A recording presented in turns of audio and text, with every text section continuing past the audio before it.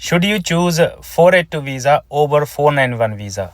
This is a common question that we generally get asked from international students and temporary visa holders who are looking for PR in Australia.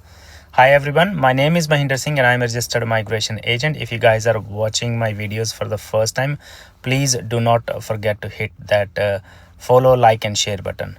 So when it comes down to chasing permanent residency in Australia, people take different pathways.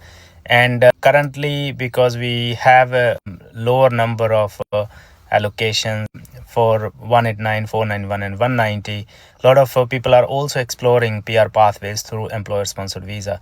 And if your points are not very high and if your occupation is not available for 189, then generally 189 is not an option for many of you. So you're looking at either 482 or even targeting 491. And that is something you are considering. So a lot of people who are working in city areas are thinking whether I should stay in city and take 482 or should I go to regional area and target 491. This is commonly true for those who are working in their nominated occupation, have got a reasonable number of points. So I'm going to discuss the main differences between 482 and implications between 482 and 491 visa. Because 482 is an employer sponsored visa.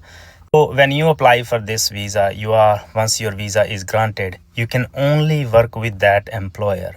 So that visa is linked with your employment.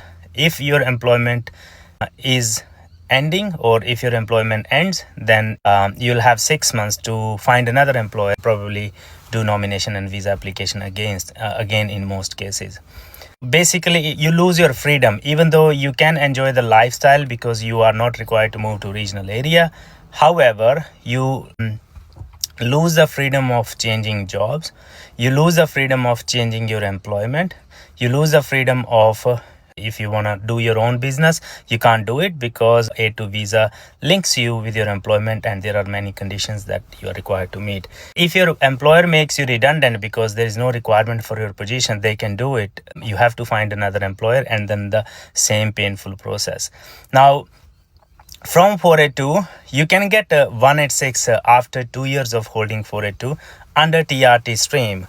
But if you compare this time with 491, in long run, it doesn't really give you much benefit because in long run, if you look at time, after you apply for 186 TRT after holding 482 for 2 years, it is going to take again 1.5 to 2 years.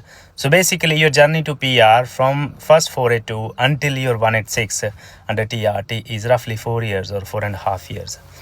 Alternatively, or on the other side, if you go for 491 visa, you're required to live and work and study in regional area for 3 years after your 491 is granted.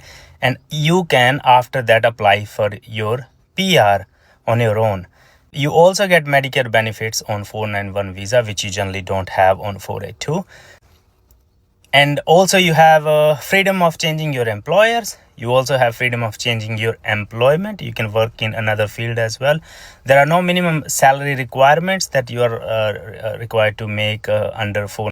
So overall, I would still prefer 491 visa over 482 visa should you have more chances of getting 491 visa.